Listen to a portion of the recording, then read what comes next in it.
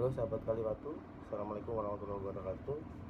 Jumpa lagi dengan saya. Kali ini kita akan membahas tentang bagaimana cara mengatasi fobia ya. Ikuti terus video ini, tetap komen, jangan lupa subscribe dan juga like video. Kita mulai. Pernah tidak mendengar kata fobia? Pastinya sering dong. Seringkali kebanyakan orang salah mengartikan tentang fobia. Fobia sering dianggap sebagai rasa nyeri terhadap sesuatu, sehingga kebanyakan fobia ini sering dijadikan sebagai bahan bulian. Ada nggak sih cara menghilangkan fobia ini? Sahabat-sahabat Kalibatu, pada dasarnya fobia dengan ngeri agak sama, akan tetapi sebenarnya sangatlah berbeda. Ngeri merupakan perasaan yang timbul secara alamiah saat Anda berusaha melindungi diri. Sedangkan fobia merupakan sebuah ketakutan atau perasaan takut yang begitu menguasai diri, dan pada saat itu tidak ada usaha perlindungan terhadap diri sendiri. Arti kata fobia atau fobia adalah ketakutan yang berlebihan pada benda-benda atau situasi-situasi tertentu yang seringkali tidak beralasan dan tidak berdasar pada kenyataan. Orang yang mengalami fobia biasanya kecenderungan mengalami rasa kalut dan lemah. Bahkan juga sering terlihat seperti orang yang kehilangan kendali, mendadak histeris, serta menjadi orang yang bingung. Dalam kehidupan sehari-hari ada banyak sekali fobia yang sering dialami manusia, bahkan sampai ratusan. Akan tetapi pada dasarnya fobia-fobia tersebut merupakan bagian dari 3 jenis fobia yang ada. Yang pertama yaitu fobia sosial atau social phobia. Fobia sosial merupakan ketakutan terhadap pemaparan situasi sosial, seperti fobia yang muncul saat bertemu dengan seseorang. Biasanya orang itu akan berusaha sebisa mungkin untuk menghindari pertemuan dengan orang lain. Fobia ini meliputi perasaan takut bahwa orang akan menilai fisiknya buruk, takut dibicarakan, atau takut bersikap buruk. Fobia yang kedua yaitu fobia kompleks atau biasa disebut dengan agorafobia. Fobia kompleks merupakan ketakutan terhadap tempat atau situasi ramai dan terbuka, misalnya di kendaraan umum, di mal, atau di pasar. Orang seperti ini bisa saja takut keluar rumah. Fobia yang ketiga jenisnya yaitu fobia yang sederhana atau spesifik fobia.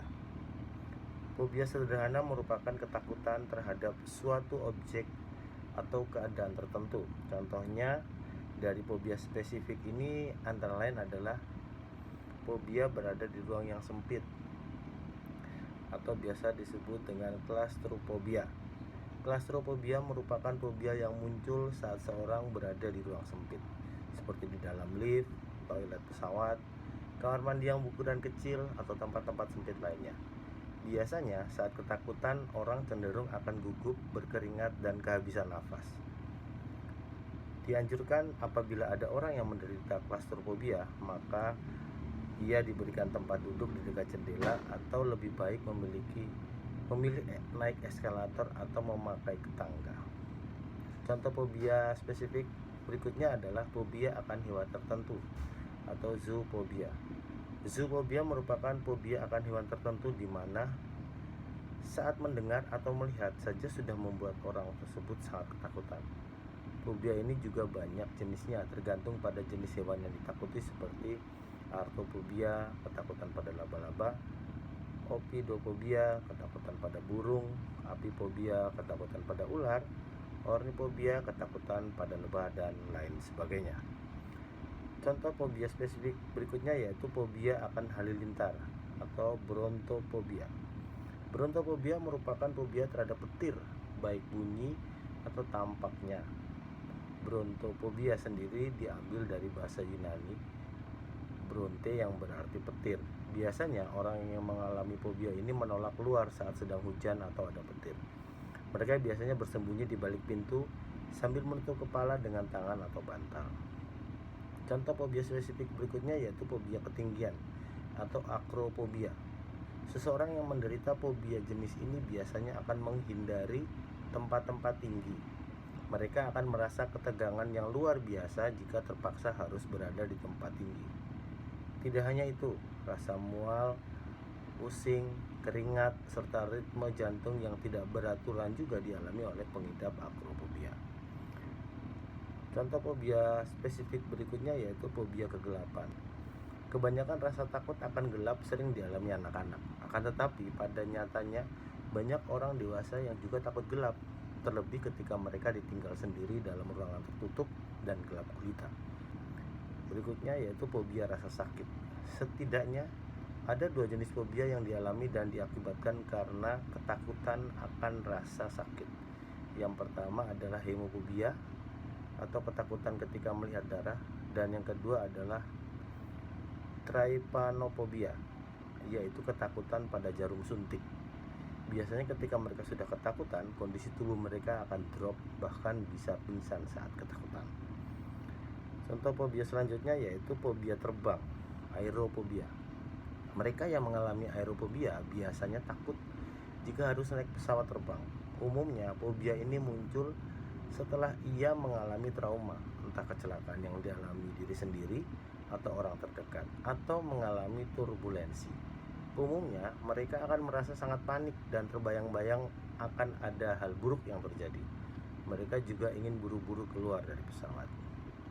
Contoh fobia spesifik selanjutnya adalah fobia akan hal-hal yang mistis. Fobia ini biasanya disebabkan oleh beberapa hal yang berhubungan dengan dunia mistis atau paranormal. Di antaranya adalah triskaidekaphobia, ketakutan yang berhubungan dengan semua hal yang berhubungan dengan angka 13. Menurut cerita, angka ini merupakan angka sial, sehingga mereka yang mengalami fobia ini akan berusaha menghindari segala sesuatu yang berhubungan dengan angka sial. Kemudian ada cheirotophobia, yaitu ketakutan akan kelelawar karena menganggap bahwa hewan tersebut adalah hewan jelmaan vampir. Serta phasmophobia, yaitu rasa takut yang timbul akan bayangan hantu di dalam benaknya. Contoh fobia spesifik berikutnya yaitu fobia akan rasa mual dan muntah, atau biasa disebut dengan emetophobia. Biasanya apabila melihat orang lain mual atau muntah, maka akan timbul rasa ingin muntah. Juga hal ini dipengaruhi oleh pikiran, di mana seringkali yang tertangkap oleh mata langsung diproses oleh pikiran dan mempengaruhi respon yang terjadi. Tak heran apabila kemudian timbul perasaan ingin muntah atau mual. Contoh fobia spesifik selanjutnya yaitu fobia saat pergi ke dokter gigi, atau biasa disebut dengan odontiatophobia. Fobia ini biasanya dialami oleh anak-anak yang menganggap bahwa dokter gigi sangat menakutkan. Untuk mengatasi fobia ini, biasanya dokter gigi maupun dokter anak lainnya menyediakan aneka pernik mainan menggemaskan di meja atau ruangan praktek sehingga dapat membuat pasien menjadi lebih nyaman. Sebenarnya selain fobia-fobia di atas masih ada banyak fobia yang dialami manusia.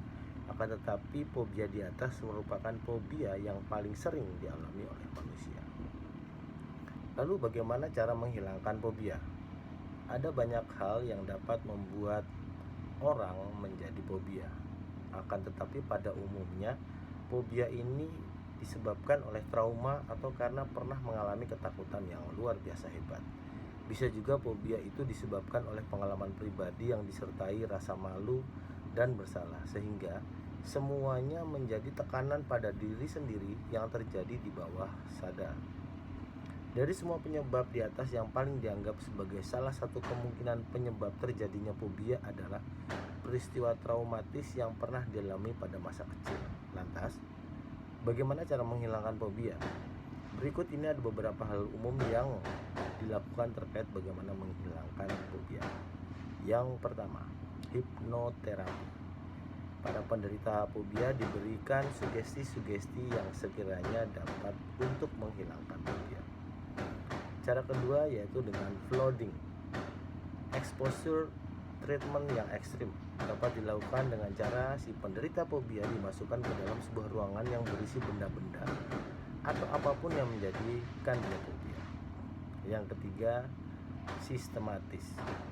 Cara ini dengan melakukan exposure yang sifatnya ringan, seperti menyuruh si penderita fobia yang takut akan benda atau apapun itu untuk rileks dan membayangkan dia berada di suatu tempat bersama dengan benda-benda yang menjadikan dia fobia dalam bentuk lucu dan tidak mengerikan.